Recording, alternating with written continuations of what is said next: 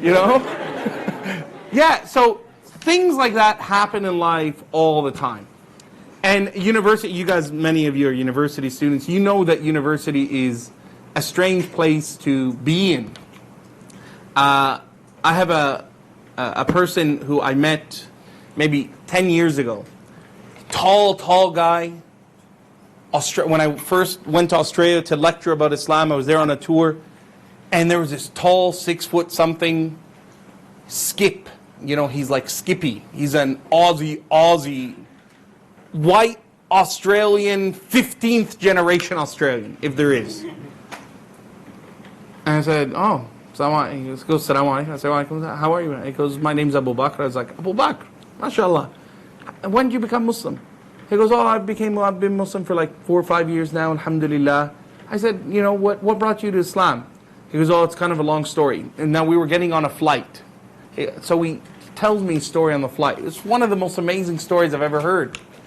I encouraged him to make a video, like to lecture it and get it recorded and put on YouTube. So you can actually find it, his version on YouTube. He leaves some things out just because, you know, anyway, I'll tell you the real story. Abu Bakr was at Monash University in Melbourne. He goes, I saw this hot girl. You know it's going to be a juicy story when it starts like that, right? I saw this girl. She looked nice. So I walked over to her. I said, hey, how you doing? She goes, hey, who are you? He goes, oh, no, I'm just wanted to say hi. What's your name? She goes, don't talk to me. I don't do that kind of stuff. I'm a Muslim. He goes, yeah, me too. She's like, what? Now this is before 9/11, right? Like Islam wasn't, you know, like everyone knows Islam, like kind of thing. He's like, yeah, me too. She's like, you're not Muslim. He goes, how do you know? She goes, I know if you're Muslim. He goes, okay, I want to be Muslim. How about you make me Muslim? She goes, listen, I'm not going to continue with this conversation, right? If you really want to be Muslim, you'd go to the mosque. He goes, where's the mosque? She goes, oh, in Coburg. He goes, oh, okay, yeah, I know where that, oh, yeah, I know where that is. That building with that thing, you know, the minaret, that thing. She goes, yeah, that's the one. So she ran away. He goes, like, she ran. And he goes, every now and then I'd see her from a distance, I'd say, hi, Muslim, right? You know, that kind of thing. And every time she'd see me, she'd just run. He goes, and one night, I thought, you know, what is this whole Muslim thing? This is before Google. He said, let me just go down and see, you know. He goes, it was like late at night, it was like 10. He said, I'll do a drive-by just to see like what's happening. He goes, I drove, and there were like 1,000 cars. There was like 5,000 people in that mosque at 10 o'clock at night. And he goes, I said to myself, wow, these Muslims are really dedicated like people, man. Let me just park and see, what are they doing? So he walks, you know, in. Now, if you've been to Melbourne, that area, Coburg and Preston, that Preston Mosque, there's some brothers there who look rough. Big beards, ex-boxers, football players who just look rough, but soft like marshmallows on the inside, right? He goes, I walked in, and as soon as I walked in, I had like 10 guys with big beards looking at me and surround me. And one of them came up and said, hey, how you going, mate? Where you from? I said, whoa, okay, who are these guys? He goes, oh, I'm Andrew. I just wanted to come here to be Muslim. He goes, I said that naturally. I didn't like really mean it. I just came to be Muslim. He goes, oh, that's good. He goes, take your shoes off. I go, take my shoes off? So I took my shoes off, and he goes, I just did what they said because I didn't want him to kill me. So I took my shoes off, and they're all surrounding me, and they're all talking about Arabic kind of stuff. And the next thing I know, I enter this big hall, and everyone turns around and looks at me, and they go, he's come to be Muslim. And everyone's like, Takbir! Now, it is the second night of Ramadan. He goes, they were singing, but the guy stopped singing.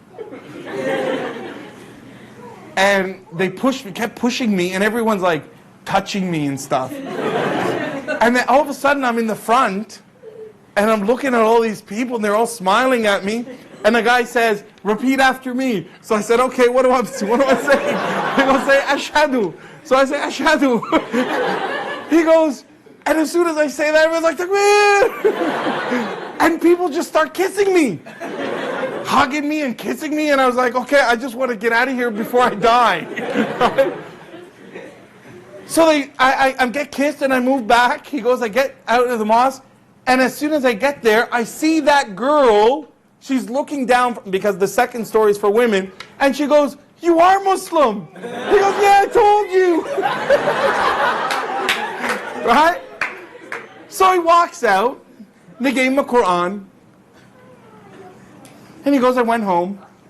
I'm like, I don't know what just happened. He goes, I got home, and I put the Quran on the shelf, and I didn't look at it for a week or two.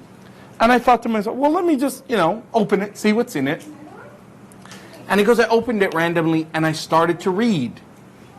And I don't know how long I was reading for. I was reading for a long time in English. Just a long time. It was just mesmerizing. And something told me in my heart, that's it. This is it. He said, so I said out loud, okay, God, if this is the truth and you want me to be Muslim, give me a sign.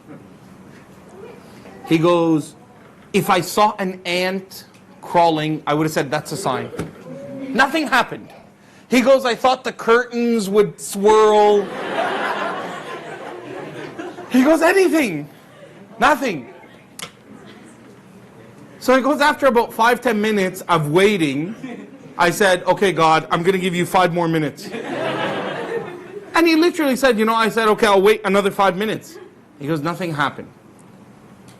And then he turned back to where he had stopped reading. And the next ayah says, don't you see in the order of the heavens and the earth and the creation that is within yourself a sign to mankind? And he goes, it was like someone electrocuted me. It was like I got a jolt. Whoa, that's the sign. And he said, I went back to the mosque and I told them, look, I want to be Muslim like properly. And he goes, they sat me in the office, they talked to me, and I became Muslim. Now here's the thing. A year later, he asks for that same girl's hand in marriage, and now has 4 children, mashallah. Right? It's amazing, right? Never, ever, ever, ever, ever underestimate the contact you have with people. Never underestimate, everyone's asking about dawah and stuff. That's dawah, right? You know your limit. No, I don't do that kind of garbage. I'm a Muslim. What's that mean? Oh, you want to find out? Go find out over there. I'm not going to give you dawah. Oh, here's my number. Call me. No, that's not dawah, brother or sister. Right? That's not it. You have limits. Go to the mosque.